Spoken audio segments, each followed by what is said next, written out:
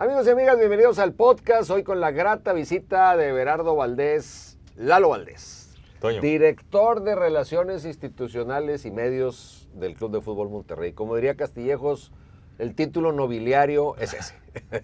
¿Cómo estás, Lalo? Qué gusto, Toño. Muchas gracias. Muy bien, contento de estar aquí. Gracias por esta posibilidad. Muy bien. Al contrario, Lalo, agradecido soy yo porque pues sé que estás en una función donde normalmente no estás adelante de las cámaras en lo personal, estás Sí. cuando tienes que representar al club. Pero pues hoy quiero hablar con Lalo, o sea, quiero hablar con Lalo, con el hombre que en estos 40 años que estamos celebrando de trayectoria, pues hemos convivido y compartido muchos momentos, Sí. unos agradables, otros tensos, porque a veces la chamba así es, Sí. pero al final entendiendo que vamos en un camino que al final queremos llegar al mismo punto, ¿no? Que es que el fútbol florezca, que el fútbol siga siendo un entretenimiento y que nos lleve a buen puerto. Pero yo primero te quiero preguntar un poquito más de tu origen, de tus estudios, Sí. ¿Cómo empiezas? ¿Empezaste directamente en el fútbol? ¿Empezaste en los medios? Danos un poquito de contexto antes de que entremos a cosas más actuales. Sí, yo soy regiomontano, nací aquí en Monterrey. Los primeros 10 años los viví en la colonia Independencia. Okay.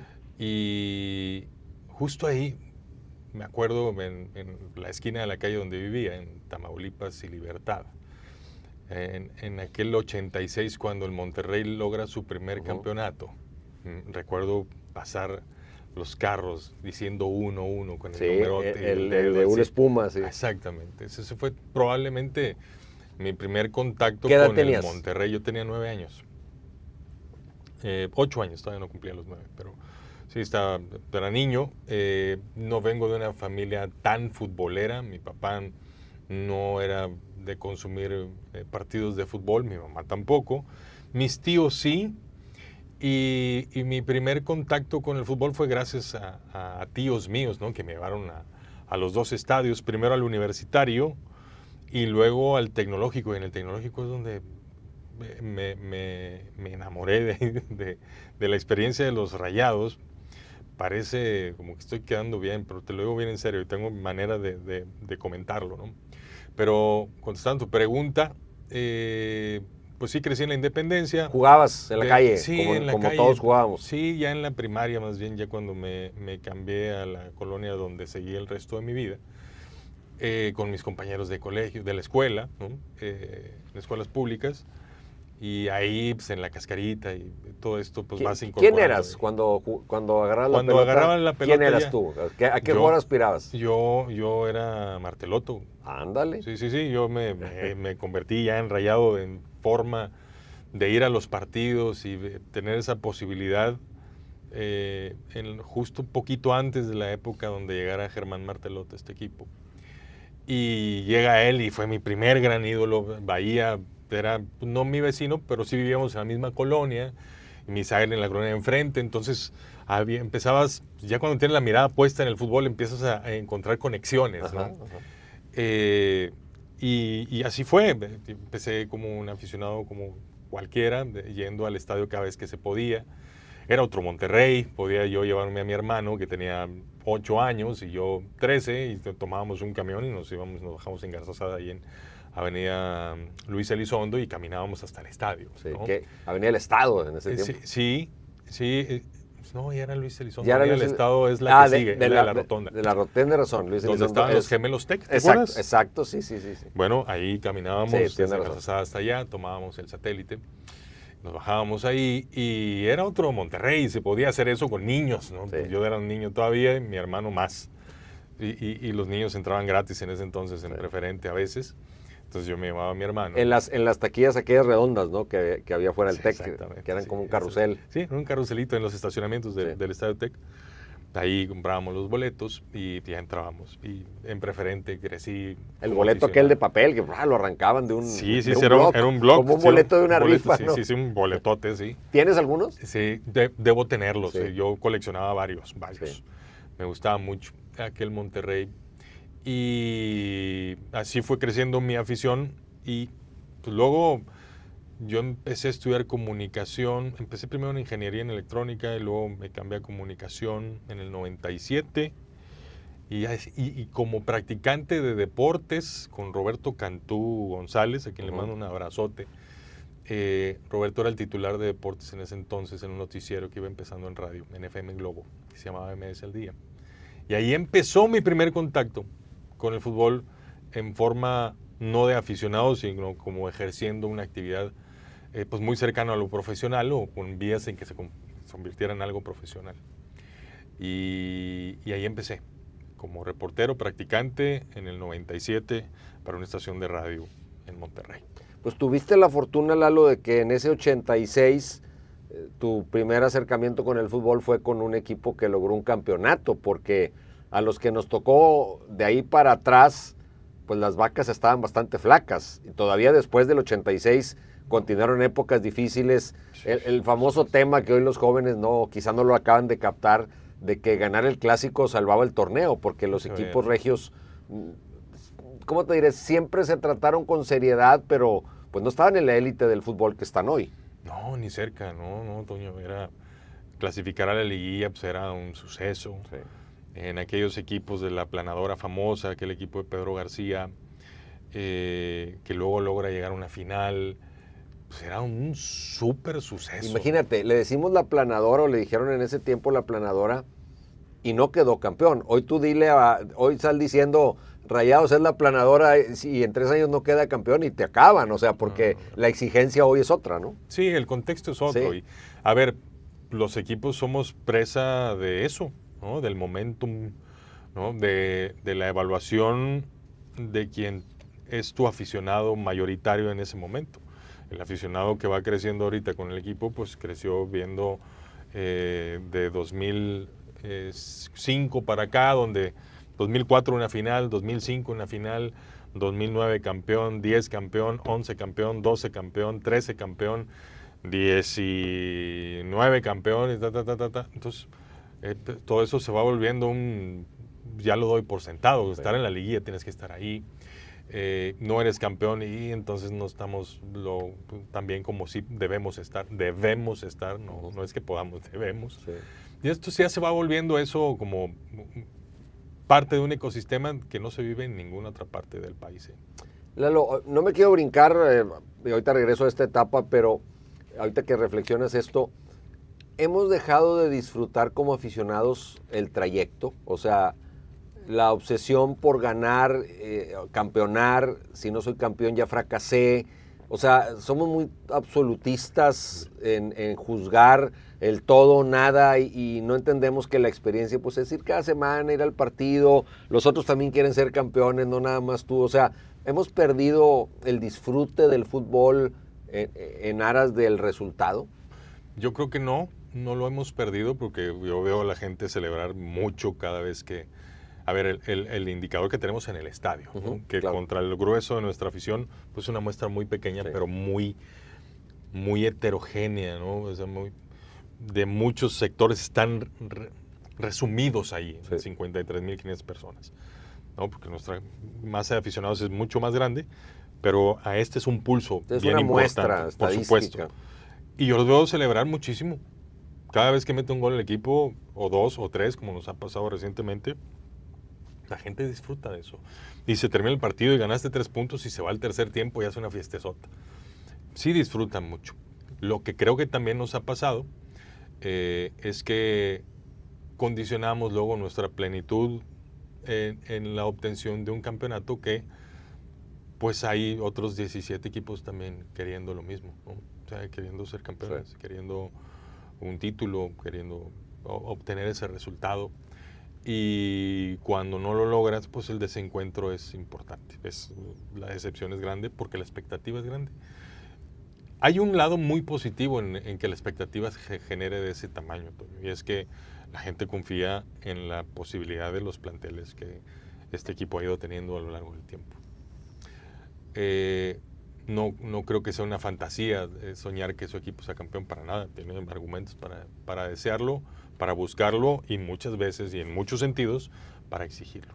O sea, yo sí creo eso. Sí creo que se disfruta partido a partido, se disfruta de los buenos resultados, pero sí cuando un campeonato no se alcanza por la razón que sea, sí hay un desencanto importante y tenemos que aprender a vivir con eso, los clubes, y también el aficionado tendrá que también ir descubriendo cómo mantener esa pasión y esa búsqueda y ese disfrute, pero también esa exigencia, en el entendido de que se participa en una competencia y donde no todas las cosas están al alcance de un solo club.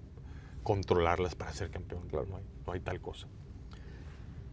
Ese joven que empezaba a acercarse al fútbol como profesional de la comunicación, ¿qué hizo después?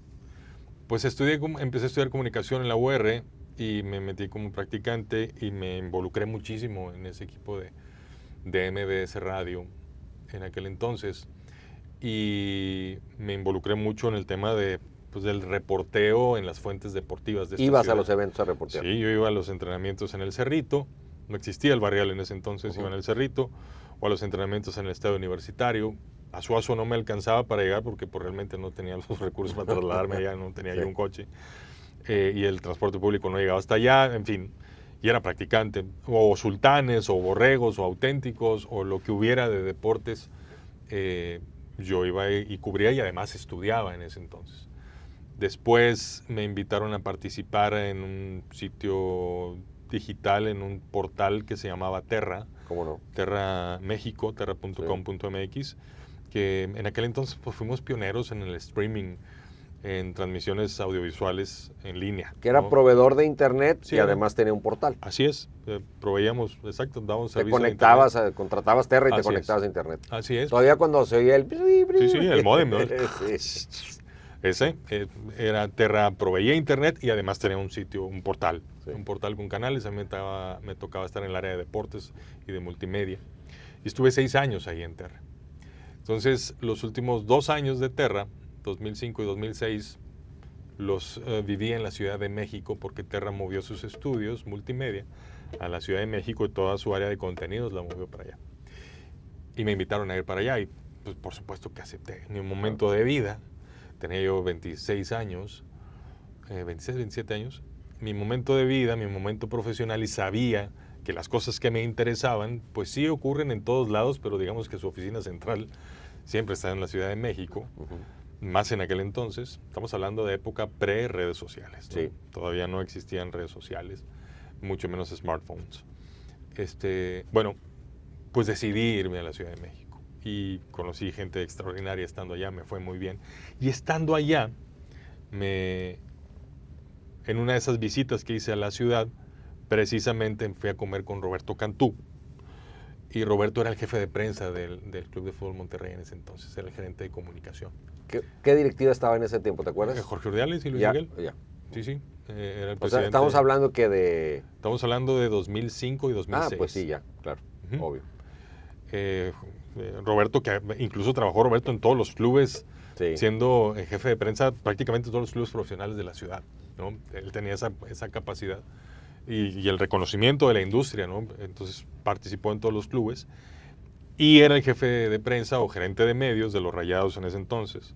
Entonces cuando yo vine en una de esas que fuimos a comer, me acuerdo que le dije, si un día hay una posibilidad, te mando mi currículum y a lo mejor estaría padre participar en un club de fútbol, sobre todo el club de fútbol que a mí me gusta, al que le voy. Y está bien. Así quedó. Al cabo de unos meses me habla y me dice, oye, el señor Urdiales va a ir a la Ciudad de México y se quiere entrevistar contigo, porque parece que hay una posibilidad. No, pues encantado, muchas gracias, y claro, acá nos vemos. Y me acuerdo que le dije, oye, perdón, ¿para qué función sería más o menos? Para la mía yo ya me voy. De plano. Sí, yo tengo otros planes conmigo, así que me pidieron que propusiera gente y pensé en ti. Yo, pues, muy agradecido, Robert, muchas gracias. Yo sin saber de qué se trataba la cosa, ¿no?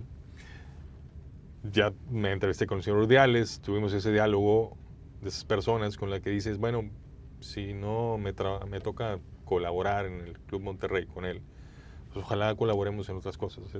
Sientes afinidad, ¿no? En la conversación, en los valores, en las maneras de observar la vida, las personas.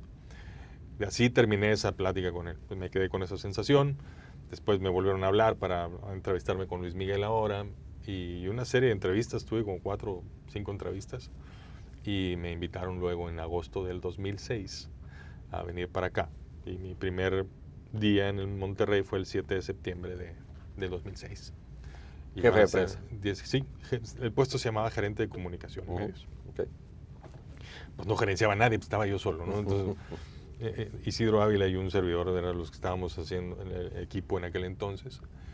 Y a partir de ahí inicia mi trayectoria en el fútbol organizado, adentro de una institución. O sea, estás por cumplir 20 años en el club. 19. 19 y en el 27 vas a cumplir 20. En el 26 cumplo 20. Tienes razón, 2006. Sí. Septiembre 7 del 2006. Vas a cumplir 20. Sí, entonces estoy a una semana de cumplir 19 y luego 20. Que en tiempo fútbol, Toño, tú que has vivido de esto por 40 años, sabes que es una eternidad. Es una eternidad. Y son muchas eras. Muchas eras. Sí. Cambios de directiva, cambios de entrenador, sí. Cambio de camadas de jugadores, cambia todo. Sí, la propia institución, el Club Monterrey, cuando yo llegué, pues estábamos en las oficinas de Revolución, te acordarás, ¿no? Sí. Y pues éramos una X cantidad, hoy somos muchísimos más, estamos en un estadio que además opera y mantiene y cuida un parque ecológico de 14 kilómetros de largo y un bosque, que toda esa es responsabilidad del Club Monterrey. Y tiene el Barrial, y tiene un hotel en el Barrial, va a tener un mundial de fútbol. O sea, la historia es dramáticamente distinta. Sí. Yo creo que eso habla muy bien de la institución, de las personas que la conforman y de quienes lo han liderado en sus distintas etapas. Porque esto es un legado del que estaba atrás, luego del que estaba atrás, del que estaba atrás. Y de las épocas Siempre aquel, Lalo, que el club pues lo cuidaban los empresarios más importantes de la ciudad, pues ahora encárgate tú y algunos con más recursos, otros con menos, unos con más gusto por el fútbol, otros con menos, y sin menospreciar ninguna de las etapas, porque como dices, todos fueron poniendo una piedrita, pues obviamente el parteaguas es cuando FEMSA se hace cargo del equipo, o sea, cuando FEMSA toma el equipo hay un cambio radical en todo. Y no es solo que la gente piensa, pues tienen mucha lana y le metieron mucha lana. Pues a lo mejor sí, a lo mejor no, pero no es solo de lana, es de idea, de seriedad, de darle un profesionalismo a todos los niveles de la institución. Eso es lo que lo vuelve viable en el tiempo. Sí, el dinero, por supuesto. Sí, el dinero lo metes una vez o dos, pero a la tercera o cuarta dices, ya párale, ¿no? Tantito, sí. Entonces sí. Como cualquier negocio. Tal cual. O sea, y aquí el club no pretende ser necesariamente un tema de negocio, porque es una asociación civil, es una persona pero moral sí tratar de ser autosuficiente. Sin duda. O sea, no hay cosa que aguante si no genera, ¿no? Y en México son muy difícil ser un club autosuficiente profesionalmente hablando. Muy complejo. Y el camino es ese. Y vamos en una buena ruta. Entonces, de los aportes de FEMSA a esta institución, pues es justo eso, la institucionalización, la profesionalización, que es eso le asegura las bases y los cimientos al club de permanecer en el tiempo, de estar seguro de que tiene procesos, que hay protocolos, que se sabe hacer las cosas, y después participas en una competencia deportiva, por supuesto, en donde gana uno de 18, está bien, pero lo que sí puedes controlar, tienes que asegurarte de que esté debidamente estructurado y pase como tiene que pasar para conseguir luego resultados que te acerquen luego a ser campeón en una competencia deportiva, con todas las características que tiene una competencia deportiva. Lalo, yo no sé si sea un shock para una empresa que llega por primera vez al fútbol ya de manera directa, porque FEMSA había sido patrocinador y siempre habían estado ahí, sí, pero desde hacerse cargo, si es un primer shock que dices, a ver, yo en la fábrica meto esto por aquí, pasa por la máquina y sale del otro lado, y no salió, le ajusto y ya sale. Y el fútbol tú puedes hacer eso 2000 veces y el balón pega en el poste y se va para afuera, y todo eso que planeaste y todo lo que hiciste extraordinariamente bien, salimos los de la prensa, fracasó el equipo porque no quedó campeón, pero no quedó campeón porque el balón pegó y salió, no porque haya quedado en el lugar 18. El fútbol es muy diferente y hasta puede ser injusto en eso. Sí, o sea, yo creo que cuando hay tanta emoción involucrada, a ver, el fútbol tiene ese ingrediente, Toño, que es muy distinto a muchas otras industrias que no tienen que ver con una competencia deportiva. Porque a diferencia de comprar un vehículo, vamos a imaginar que una inversión importante, que te compras un carro, ¿no? Que es un esfuerzo, planeas y tal, y compras un coche. Lo compras porque te sirve y porque te gusta. Pero el fútbol, tú pagas un boleto porque te gusta y porque lo quieres. El vínculo que genera eso en la mayoría de la gente que nos hace el favor de asistir a los partidos de los Rayados está movido por emociones muy profundas que por lo tanto esperan de regreso la retribución de emociones muy profundas. Entonces, cuando no se recibe eso, el reclamo es con una emoción muy profunda. Entonces, entender eso te ayuda luego a explicar por qué la inconformidad es tan polarizada y el desencuentro y el desazón de la afición, no hablo solo del Monterrey, de cualquier equipo, sí. Puede ser de la forma en la que es, porque están vinculadas cosas bien profundas. No vamos a evaluar si eso corresponde o no, si eso le ayuda a una sociedad o no. Esa es la realidad. Nosotros sabemos el entorno en el que estamos insertados, sabemos lo que representa este club para esta ciudad y por eso los esfuerzos de siempre tener un plantel que compita en los mejores términos que podamos ser capaces de generar. Esa es la realidad. Y sabemos que entonces a veces se alcanzará el resultado y podrá decir muy bien hecho por el Monterrey. Y a veces una pelota que no entró porque pegó en el poste te va a poner en cuestionamiento todo el esfuerzo que tanta gente hace día con día para que este equipo sea lo que es. En el Mundial de Clubes, ese cabezazo de Ramos en el último partido, si en lugar de irse para afuera entra... Pues 15 centímetros de diferencia. Te vas a penales, yo no sé. El simple hecho de que te hubieras ido a penales hubiera cambiado todavía para mejor la óptica, ¿no? Porque llevé a este equipo a los penales. Y si por ahí lo ganas en los penales, olvídate. O sea, y fue un remate de cabeza y 10 centímetros de diferencia, sí, lo que puede cambiar la crónica de la historia. Es así, pero la historia del mundo está escrita así, Toño.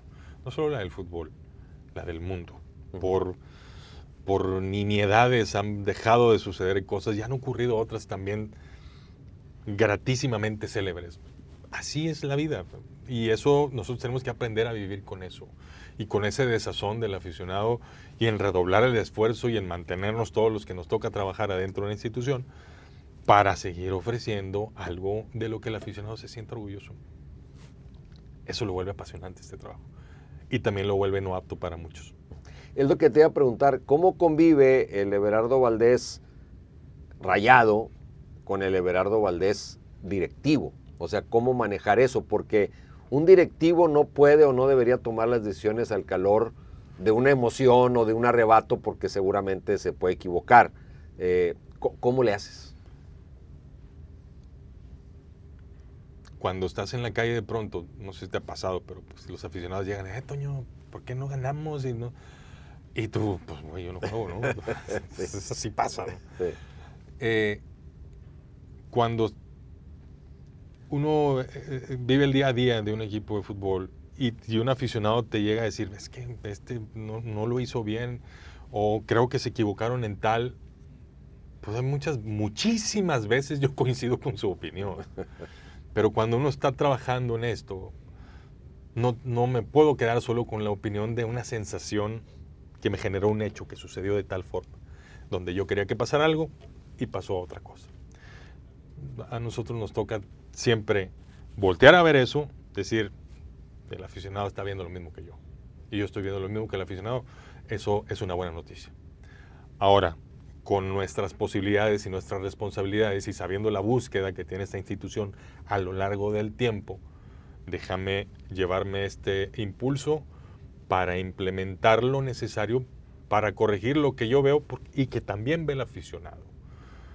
Entonces, la parte más compleja muchas veces de lidiar es emocional. Es cómo hago para que esta sensación de este desencuentro que me genera haber perdido una final o haberme quedado al filo de pasar a otra instancia o lo que sea, no me nuble, ¿no? Porque pues, igual son muy claras a veces las razones por las cuales algo no sucedió como tenía que suceder. Porque el fútbol se juega por personas. Porque es así. Entonces, hay veces que nos equivocamos, se equivoca alguien, y lo vemos todos, pero no te puedes quedar enfocado en ese error. Tienes que verlo en el macro y tomar las mejores decisiones, sabiendo que, insisto, tienes muy claro lo que el aficionado piensa y lo que también le hace bien al club. Entonces es la pelea interna de un lado, del diablito contra el angelito, y a veces el angelito se vuelve diablito. Es tener mucha paciencia, con mucha templanza, y tomárselo con calma y de respirar más veces, porque yo siento, como lo sentimos todos, como el mismo jugador lo siente, sabe cuando el jugador atiene y cuando se equivocan. Por supuesto que lo sabe, ni modo que no. Lalo, hay jugadores a los que les duele más o les pesa más el buen resultado, el mal resultado, que a otros. Es decir, hay algunos para los que el fútbol es nada más un trabajo y hay otros que lo sienten más adentro. Como puede pasar en cualquier actividad, digo. Sí, yo creo que... Déjame planteártelo así. El futbolista creció admirado siempre, porque desde niño era el que mejor jugaba de la cuadra, entonces todos querían estar cerca de él, porque era el que mejor jugaba. Entonces van teniendo siempre una admiración que no pidieron, que nomás se les dio, y se les dio, y se les dio, y crecieron con esa, ¿no? Porque luego se volvieron fuerzas básicas, luego iban a debutar, luego debutaron, luego se volvieron la estrella. Ellos están muy habituados al estímulo de la gente, al estímulo de su entorno. Así crecieron. Y no conocen otra manera de ver al mundo. Es normal. O sea, es una circunstancia por la que viven todos los deportistas de alto rendimiento. O sea, no conocen otra manera más que interactuar bajo esa admiración de mucha gente, porque hacen un trabajo excepcional, porque tienen un trabajo que no es replicable por cualquier individuo, ¿no? Como puede ser otros oficios, en algunas cosas el tuyo, en algunas cosas el mío, ¿no? Esto es más difícil de emular. Por eso generan lo que generan. Cuando alguien con esta peculiaridad de vida de pronto ve que lo que estaba buscando, porque son animales, déjame decir animales, en el mejor entendido de la frase, entiéndase así, por favor, de competencia, ¿no? Es esta manera irrefrenable de ir a buscar el resultado porque quiero ser mejor que el otro. Y no se alcanza, por supuesto que pega, ¿no? Y hay gente que está más dispuesta a mostrar ese desazón y esa vulnerabilidad, de decir, estoy golpeado porque perdí. Y otra gente a la que no le gusta mostrar esa parte, pero no tengas duda que en una parte de esa persona hay algo que se rompió y no está bien, que no le gustó lo que se vivió, que perdió y está dolido. Yo soy de la idea de que todos vivimos un desencuentro cada vez que no se obtiene un resultado, y que cada uno hace lo que puede con ellos. Hay quienes lo muestran, hay quienes se les nota y no pueden evitarlo, y hay quienes tratan de disfrazarlo a fin de no descomponerse y luego buscar una revancha. Entonces yo no creo que alguien se pueda abstraer completamente de que me da igual lo que pase, porque yo no creo eso. Es bien difícil que eso pase adentro de un equipo de fútbol. Lalo, en tus casi 20 años en el club, ¿hay algo en particular que sea lo que más te ha dolido? O sea, algún momento, alguna derrota, algo que digas, y de 20 años, lo que más se me ha clavado en el corazón es este momento. Sí, que no necesariamente es vinculado a algo deportivo. Ok. Por las responsabilidades que me ha tocado pasar y el tiempo que tengo en el club, pues me ha tocado ver muchas cosas. Pero probablemente de las cosas más dolorosas es estar de cerca de la partida de un niño, por ejemplo, ¿no? Que en una situación de salud, un aficionado, pues tuvo sus últimos momentos deseando estar en contacto con lo que le representaba tanta alegría, que era el equipo de sus amores, el Club Monterrey. Entonces, sí me tocó estar en un lugar donde en un hospital, un aficionado que vivía con cáncer, niño, se despidió de la vida. ¿Tú estabas ahí? Al lado de su jugador favorito. El fútbol da privilegios que no necesariamente tienen que ver con la pelota rodando. Sí los ocasiona una pelota rodando, ¿no? Pero esto va más allá de eso. Son vidas, son personas que están dedicando su último aliento literal a compartir el cariño que le generó un equipo de fútbol. Yo estuve ahí. Y eso tiene una belleza humana de fondo y una tragedia humana de frente. La pérdida de una vida, pero la entrega y el abrazar un cariño que no se compra ni se puede prefabricar. Existe, y cuando somos testigos de que eso existe, tienes que asegurarte de cuidarlo. Y por eso ponemos tanto empeño en ofrecer lo mejor que podemos ofrecer. El jugador está consciente mientras está en activo de que tiene esa trascendencia, lo alcanza a ver, como nos pasa a muchos, que dices, si esto que hoy a los 50, 60 años veo, lo hubiese visto cuando tenía 25, 30, a lo mejor habría vivido de otra forma o habría tomado otras decisiones. ¿El jugador alcanza a darse cuenta de la trascendencia que tiene? Yo creo que lo ven todos, porque es muy complicado no ver lo que generas en la gente. Desde el grito de un gol, el saludo, el que te piden fotos, todo esto. Pero ciertamente no todo el mundo le da el mismo lugar, Toño. Y nos pasa a todos en cualquier oficio. Entre más edad tienes, más oportunidad también existe de que puedas darle lugar a las cosas que son más relevantes, más profundas. Tus prioridades van acomodándose más en el tiempo. Para mí, el futbolista, en la edad promedio del futbolista, que es 24, 25 años, está metido en un... ¿Te acuerdas que siempre decimos que el futbolista creció siendo admirado? Bueno, pues muchos de ellos son muy famosos, son muy reconocidos. Tienen algunos de ellos incluso un poder adquisitivo importante. Muchos de ellos con una escolaridad que hoy ha ido transformándose en el tiempo, pero a veces una escolaridad no tan profunda y un promedio de edad de 22, 23 años. Pues lo más probable es que no tengas un montón de ruido enfrente que no te da chance de ver otras cosas, ¿no? Y yo creo que en el entorno del fútbol los lleva a ese lado, en muchos sentidos, ¿no? El apapacho del aficionado, el cuidado de las instituciones. Por eso el ir empujando aspectos sociales adentro de los clubes para acercarlo a grupos vulnerables de niños, en situaciones de vulnerabilidad, es bien importante para mantener ese contacto con esa realidad. Para sensibilizar. Pero ellos han crecido en otra realidad por su dedicación, por su esfuerzo y por la naturaleza de su disciplina a la que decidieron dedicarse.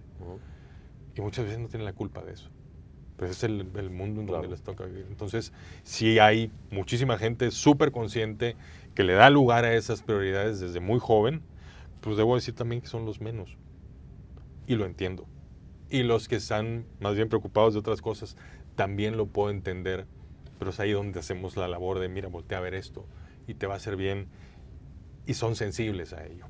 Pero yo digo que todo lo ven, pero de a poco les van abriendo espacio en su realidad, y normalmente cuando lo hacen es en la parte final de su carrera. Sí, normalmente sí. Como muchos de nosotros en la parte final de nuestra vida, es cuando volteamos a ver cosas. Lalo, ¿cuáles eran tus retos en aquel 2006 que llegaste a Rayados, que te decías, pues no voy a gerenciar a muchos porque nomás estoy yo, pero cuáles eran los retos del jefe de prensa o del gerente de comunicación del club en ese tiempo? Entonces, atender a los medios, donde en ese entonces el rol de los medios tenía una incuestionable preponderancia de los medios masivos de comunicación. Me refiero a la radio, la tele, la prensa. Los medios digitales todavía estaban nacientes. Sí. Porque luego el surgimiento de las redes sociales pulverizó mucho esa capacidad de influir. Y hoy hay muchas voces, ¿no? Que tienen un montón de relevancia, ¿no? Antes era, no digo que más fácil, pero era más práctico porque tratabas con 6 o 8 personas. Ubicabas ¿Quién está muchísimo. Se me hace que Soy yo. Ya. Hablando de la televisión. Sí. Sí, yo creo que sí, en ese entonces pues eran los medios tradicionales. Y entonces pues para alguien que creció consumiendo fútbol en esta ciudad y que estuvo involucrado también en el reporteo, pues te da sensibilidades. Y luego es ir descubriendo también los ánimos y las agendas de ustedes, y digo ustedes porque contigo platiqué muchísimas veces, con Mario Castillejos ni hablar, ustedes, esas búsquedas que tienen, ¿no? Que la verdad en algún momento las agendas de los medios de comunicación y las de los clubes no se parecen en nada. Muchas veces tienen búsquedas opuestas. Se parecen en que le hablan a los mismos, al aficionado. Y es ahí donde pues, hay que ver cómo hacemos un trabajo donde podamos empatar en búsquedas y me des un espacio para poder contar lo que yo necesito y yo también te acerque lo que somos a nuestra institución, ya sean jugadores, en directivos o lo que sea, para que también puedas hacer lo tuyo. Pero en el entendido de que las agendas de cada uno son las agendas de cada uno.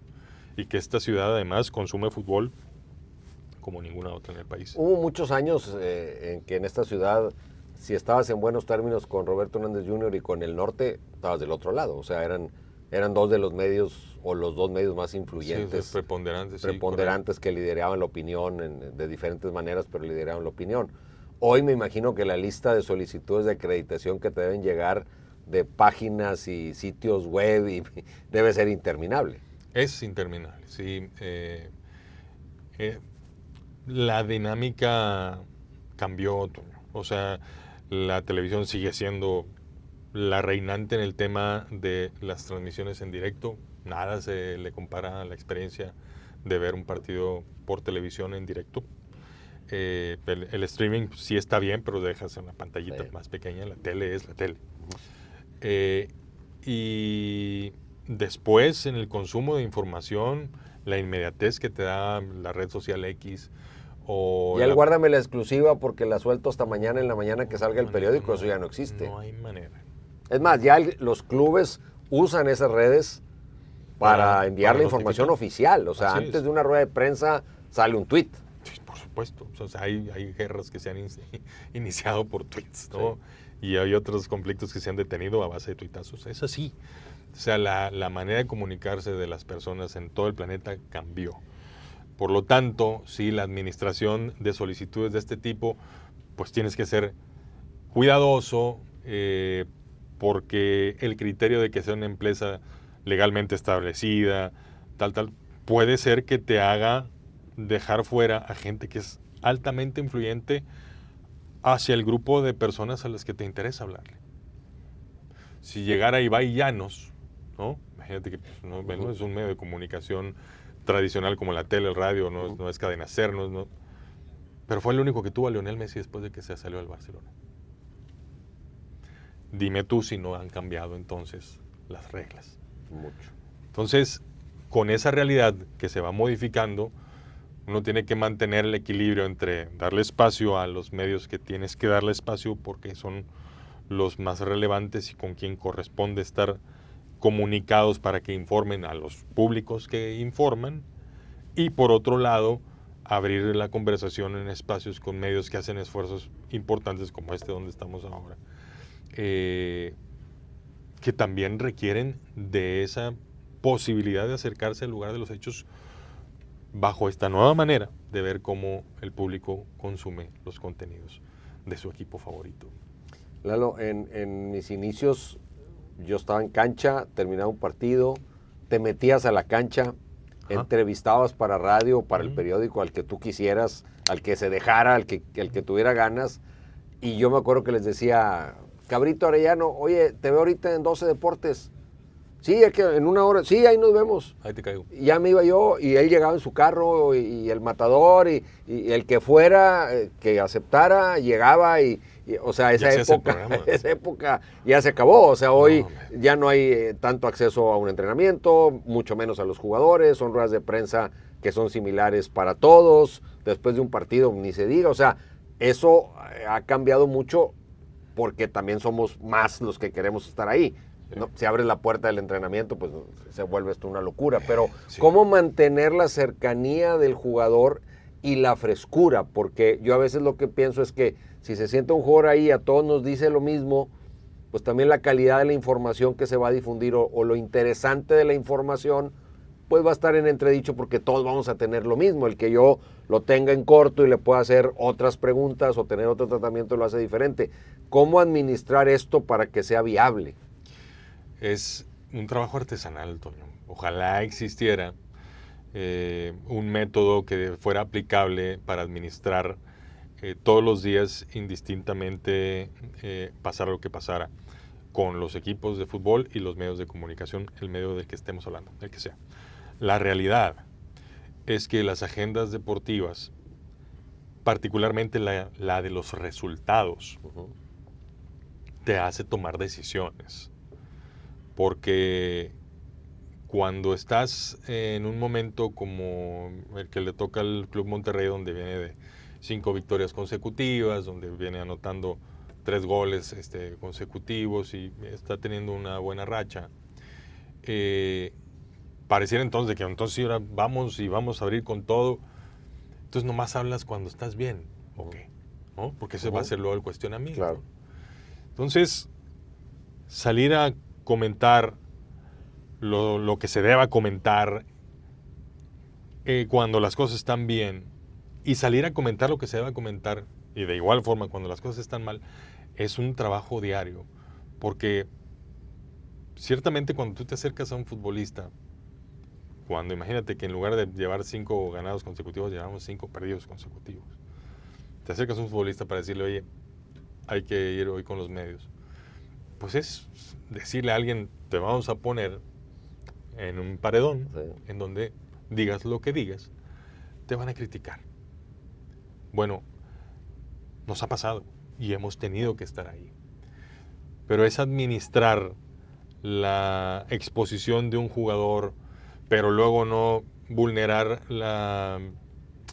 el derecho con el que un medio tenedor de los derechos de transmisión, como nos pasa a nosotros con TUDN, dice, oye, pues es que no me has puesto a nadie, y luego lo pusiste acá, y no me lo pusiste a mí. Oye, ¿y cómo hablo del equipo si no me das nada? ¿Me explico? Esa regulación y ese, sí tengo que estar aquí, pero también tengo que estar acá, pero ahorita no puedo porque corresponde que nos aguantemos un poquito para posicionar estos mensajes. Es un trabajo artesanal y muy probablemente vayamos a cometer aciertos y por supuesto que vamos a equivocarnos y nos vamos a quedar cortitos a veces en esta expectativa que tienen los medios de poder hablar con futbolistas nuestros o con gente representante de los Rayados contra lo que realmente termina pasando. Quisiera yo contarte una fórmula. La realidad es que el contexto y el movimiento del día a día nos va mostrando esa pauta y tratamos de hacerlo con la mayor apertura posible, pero también con el mayor cuidado posible de lo que nos toca cuidar, que es a nuestros futbolistas, ¿no? ¿Hay algún jugador en particular en todos estos años que digas, este era el ave de las tempestades, cuando había que salir en los momentos difíciles, porque no todos tienen la habilidad para comunicarse o el temple, y no quiere decir que sea nada malo, sino pues hay quienes más capaz de enfrentar ciertas situaciones y otros no tanto, ¿no? Digo, si se puede mencionar alguno, Sí. nada más como anécdota. Sí, no, a ver, me voy hacia el pasado, gente que incluso ya no juega al fútbol, Ajá. para no comparar Está bien. con los que hoy están activos, pero cuando las papas quemaban, Luis Pérez le entraba, ¿no? Uh-huh. Luis Pérez salía, le metía el pecho, José Basanta le entraba también, y no, porque no está fácil ser cuestionado en esos momentos, ¿no? Y aparte, si por el nerviosismo, por lo que sea, cometes un error, dices una palabra por otra y se interpreta otra cosa, generas un problema más grande que el que estás tratando de apagar, ¿no? Me explico. Eso pasa también. Entonces, por eso es tan crucial, pareciera de que ponme a alguien que conteste 3 preguntas. Sí. Pero si una de esas preguntas la contesta de manera incorrecta o no incorrecta, a lo mejor descuidada, o se distrajo, o dijo algo que no le favorece, bueno, manito, pues nos metimos en una bronca peor de la que pretendíamos nosotros evitar. Nosotros como medios a veces nos cuestionamos, por ejemplo, ahora que llegó Domènec Torrent, que le preguntan, ¿este es el reto más importante de tu carrera? Y pues yo creo que con mucha honestidad dice, pues no, porque he estado en tal lugar, en Europa, ¿verdad? O sea, hace ahí algunas referencias y luego dices, espérame, pero pues estás aquí, este es el más importante. Y ya lo metiste en un 4, ¿no? Porque si dices sí, vas a decir, entonces no fue más importante, o sea, se la vamos a voltear. Entonces y lo me vamos, está vendiendo... me está vendiendo espejitos, humo, ¿no? ¿verdad? Pues me está Entonces, vendiendo a humo, veces sí. no hay gane para el que habla, a veces no hay gane porque los medios estamos lamentablemente buscando el traspié. Me explico. Lalo, ¿qué Lo dices sientes muy bien. cuando estás viendo la tele o escuchando la radio o leyendo alguna página y que dices, este Toño Nelly está diciendo una sarta de barbaridades que no tienen nada que ver con la realidad y aparte las está diciendo como si le constara y como si fueran ciertas? ¿Qué se siente cuando estás del otro lado y estás viendo que eso que está generando un montón de polémica no se acerca en nada a lo que pasó? Sí, es que es un collage de... Si tuviera que decirlo de esta forma. Nunca se aventó un control remoto así contra la tele, ¿no? No soy de explotar, pero sí sientes un montón de cosas. Lo que termina contando, Toño, es qué decides hacer. Más allá de las sensaciones. Esas sensaciones tendríamos que cambiar de horario de este programa para decir las sensaciones. Lo paso a las 3 de la mañana si quieres. No, las sensaciones pues, son horribles muchas veces. Porque se mezcla entre la sorpresa, y luego el desencanto, y luego la tristeza. Tienes mi número, ven y pregúntame. Si te puedo contestar, te voy a contestar de la manera más clara posible. Si no te puedo decir, te voy a decir, no te puedo contestar. Pero no es por ahí, ¿ok? Y el enojo y el decir, bueno, pues si ya sabes, porque todo eso pasa. Pero lo que termina contando es qué termina sucediendo, ¿no? Cómo sucede finalmente el acercamiento, en qué términos, para lograr qué, ¿no? Porque me pasa muy seguido, más seguido de lo que quisiera, ¿no? Pero donde empiezas a escuchar, entonces te acercas y dices, mira, lo que mencionaste, la verdad no va por ahí. La realidad es esta y tienes mi número para marcarme. Lo hemos platicado, Toño, lo hemos hablado en diferentes ocasiones, lo he platicado contigo y con muchos otros colegas tuyos. Y lo planteamos de esta forma, que pareciera, para cualquiera podría decir, hey, ¿por qué no le dices, por qué no vas en caras y defiendes la divisa? ¿No? Porque la defensa de la divisa tiene que ver con entender que las relaciones que el Club Monterrey tiene con sus grupos de interés, como los medios de comunicación, no son relaciones de hoy para mañana. Son relaciones de 4 décadas o de más. Si no dejamos un camino de regreso, Toño, no va a ser bueno para nadie. Te vas a acabar cerrando todas las puertas. Y el último afectado es el aficionado que se pierde de una voz que le gustaba escuchar, o que necesitaba escuchar, o que le entretenía escuchar. Y el club se pierde también de una posibilidad de llevar su marca, de llevar su espíritu, su idea, a través de un portavoz que hoy ya no está. Debe ser difícil, Lalo, porque dices, esta persona que está diciendo eso, que a lo mejor incluso sabe que lo que está diciendo no es cierto, porque, digo, me toca ser consciente de que hay quien dice cosas que sabe que no son, y mañana me va a venir a pedir la entrevista, mañana me va a venir a pedir acceso al estadio, y de una forma u otra se lo tengo que dar, por lo que dices tú, no me puedo pelear. Entonces, ¿cuándo me defiendo como club y cómo? No siempre va a pasar todo lo que tú quieras que pase, pero siempre debe tener un camino de regreso, Toño. O sea, las relaciones de trabajo como estas, con instituciones, finalmente yo no soy Everardo Valdés, yo soy más bien el representante del club que tiene estas responsabilidades. No es Everardo Valdés que está diciendo que no, o el que está tratando de salir al frente en una situación. Es un representante del club que tiene la obligación de ir a cuidar, a defender esa divisa, con miras a tener la visión todavía más lejos de saber de que esto que hoy nos está enfrentando no es tan relevante como todo lo demás, que sí lo es. Entonces, bajo esa mirada, ahí tienes que estirar la liga, ¿no? Tienes que apretar y sabes que esta vez no se va a poder. Pero platicamos a la próxima. No, pues ya no me interesa. Está bien. Con Mario Castillejos me pasó muchísimas veces. Muchísimas veces. Y es un tipo al que yo apreciaba y admiraba un montón. Pero me pasó muchas veces. sabiendo que en el largo plazo es lo que termina sucediendo, ¿no? Que nos vamos a necesitar, Claro. porque estamos en este ecosistema donde existe el aficionado, existe el medio de comunicación y existe el club de fútbol. Nos vamos a necesitar. Bajo esa mirada, entonces, es que ocurren las cosas que ocurren. Lalo, de los momentos maravillosos, hace rato te preguntaba de los tristes o de los dolorosos, del momento o los momentos maravillosos, esta profesión nos permite viajar, nos permite vivir experiencias desde diferentes ópticas que no cualquier persona puede vivir, y tú más porque tú la vives ahí, adentro del vestidor, en un vuelo, momentos que los demás quizá nunca nos vamos a enterar siquiera que sucedieron. ¿Qué experiencias gratas, vibrantes, inolvidables, por encima de las demás te ha dejado el fútbol? ¿Qué personajes te ha tocado, no sé, pasarela? Pues hoy ni se diga las grandes figuras que están en el equipo, Sergio Ramos, Sergio Canales, el Chupete Suazo, podemos empezar a nombrar un montón de ídolos, pero también experiencias, viajes, mundiales de clubes, torneos internacionales.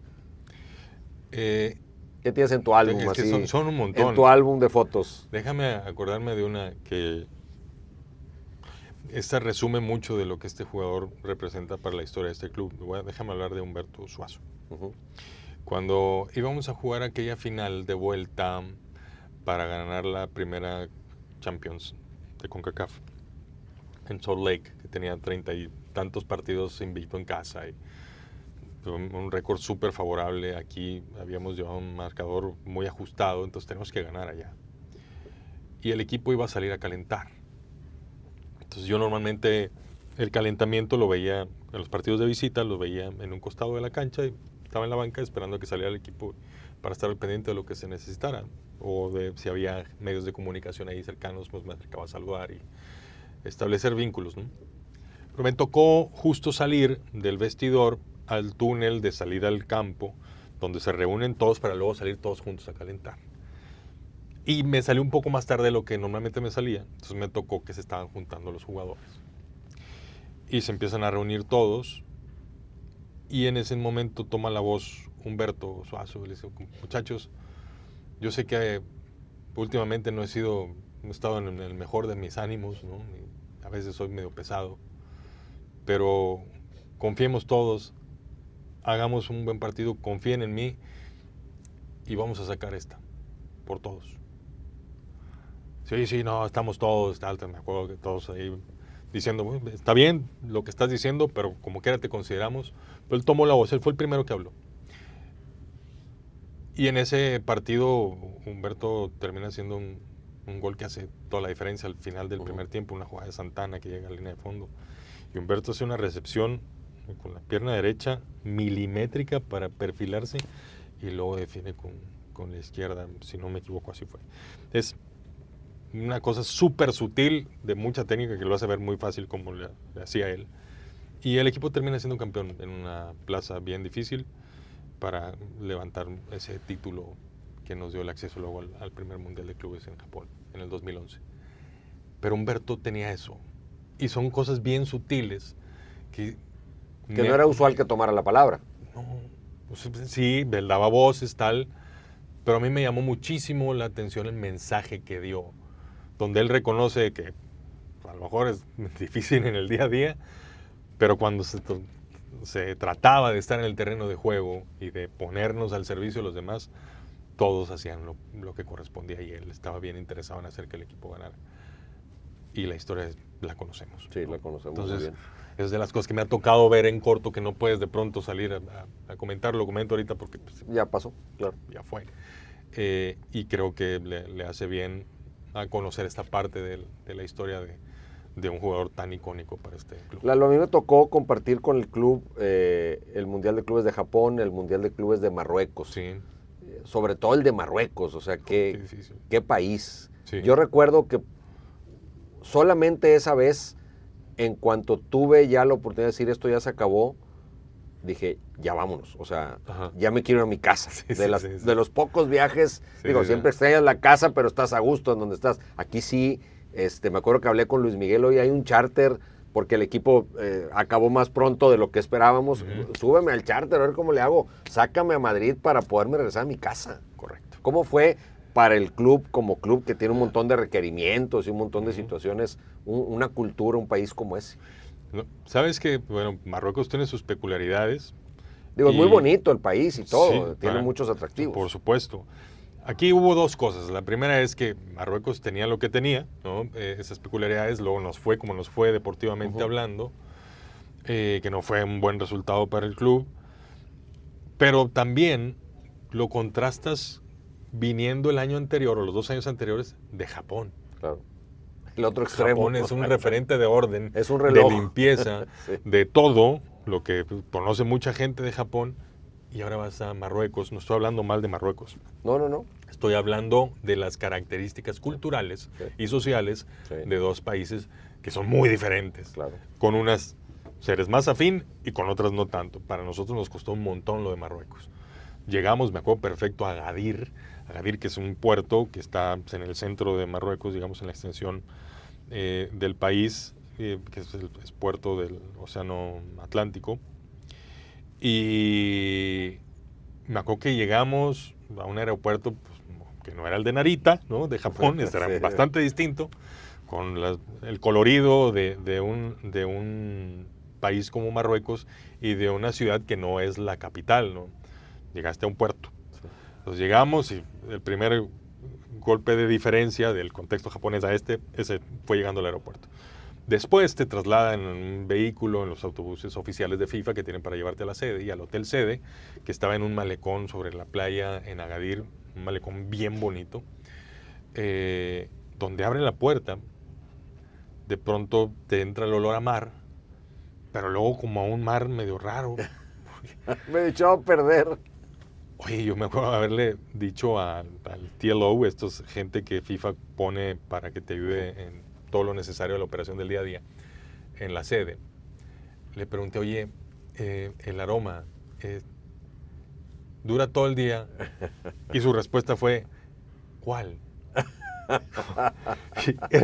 Llevaba 2 minutos en el país y dices, ¿Y qué era, Lalo? En alguna franja del día, no sé, de entre las 12 y las 2 de la tarde, 12 del mediodía y 2 de la tarde, olía horrible. Horrible, no sé a qué. Como pescado, como podredumbre, drenaje. Una cosa muy extraña y muy desagradable. Pero el resto del día desaparecía el aroma. No sé a qué era. Nunca supe, nunca he vuelto a oler algo así. Yo recuerdo que había gente de civil, pero que eran policías o vigilantes, y estabas grabando y se te acercaban y tú los veías en la calle y todo muy diferente, como dices tú, a otros lugares. Una cultura muy Nosotros tuvimos esa experiencia en ese lugar, en esa porción de terreno que nos tocó. No estoy diciendo que el país sea eso, ni que tenga... No, es muy pintoresco y tiene un montón de cosas maravillosas. Es hermoso. Hablamos de costumbres, de diferencias de cultura. ¿verdad? No, es hermoso. Luego de ahí nos fuimos, de Agadir nos fuimos a Marrakech, que es una ciudad todavía más marroquí, con los mercados estos con cobras danzantes. A mí me tocó ahí, sí. Hermoso. Sí, en la plaza, ahí en el centro, sí. Sí, precioso. Fue ese golpe de diferencias, ¿no? A mí me tocó en un aeropuerto, ya no me acuerdo en qué ciudad, que adentro del aeropuerto había gatos. Fue en Agadir. Andaban gatos pasando. Fue en Agadir. Fue la primera escala. Sí. Había gatos que pasaban, tú estabas sentado en la sala de espera, que era como una casa antigua, ¿verdad? Sí, no era un aeropuerto así. Y pasaban los gatos ahí por la sala de espera, o sea, increíble de esas cosas que solamente pasan ahí. Lalo, ¿qué viene? ¿Para dónde va el fútbol? ¿Para dónde va? Hemos hablado de cómo era en el 86, cómo era en el 2006, cómo es ahora. ¿Qué sigue? ¿A dónde vamos? Déjame hablar del Club Monterrey, que es el que me toca conocer. Yo creo que para el club viene una época muy sólida, déjame decirlo así, en su manera de trabajar, en su manera de conducirse, con la creencia de que con procesos bien establecidos nos va a acercar a seguir teniendo equipos que compitan muy bien y que nos den resultados. La parte que sí se puede controlar es justamente la de planear, la de establecer protocolos, procesos, seguimientos, normas, políticas, y ceñirse a eso para alcanzar un resultado. El club ha hecho un esfuerzo importantísimo en lograr esa profesionalización en todos los niveles de la organización y en generar esa estrategia y esa visión y esos planes que respondan a esa visión para el largo plazo. Entonces, yo creo que para el Club Monterrey se vienen años de una muy buena solidez que consecuentemente podrán transformarse en resultados deportivos. Lo tengo que decir de esta manera, porque los resultados deportivos nadie los puede garantizar, menos en un fútbol como el nuestro, tan competido, tan competido. Entonces, eso es lo que yo creo que viene en el futuro para el Monterrey. Le urge al Club de Fútbol Monterrey el campeonato, este resultado que valide todo y que dé tiempo para más, porque el resultado al final tiene ese efecto. O sea, si soy campeón, a veces eres campeón y no sabes ni cómo, pero te valida, ¿no? Directiva exitosísimo, oye, espérame, pues si no supieron ni cómo, trajeron el técnico a tal fecha y fue campeón, no lo planeó y salió. Pero también te da tiempo, o sea, ya tengo un título y no es que me tire a la hamaca, pero ya no voy a tener esa presión aquí encima. ¿Es importante eso, ese campeonato que tanto está buscando Monterrey? La pregunta inicial era que si urgía. Sí. Yo, déjame te lo respondo así. Urge que nuestra afición se sienta bien contenta con su equipo, que lo que vea en la cancha se sienta que lo está representando. Urge mantener una institución bien viable en el tiempo para seguir teniendo equipos así de sólidos que compitan así. Urge asegurarnos de que el Monterrey sea el Monterrey que se necesita ser. Y la consecución de un título, Toño, ojalá termine dándole la razón a un esfuerzo que el club ha hecho desde sus entrañas en conformarse lo más sólido posible. Esas urgencias sí las tenemos, las entendemos. Y la urgencia del título, para mí es una consecuencia de seguir haciendo esto que sí se está haciendo muy bien.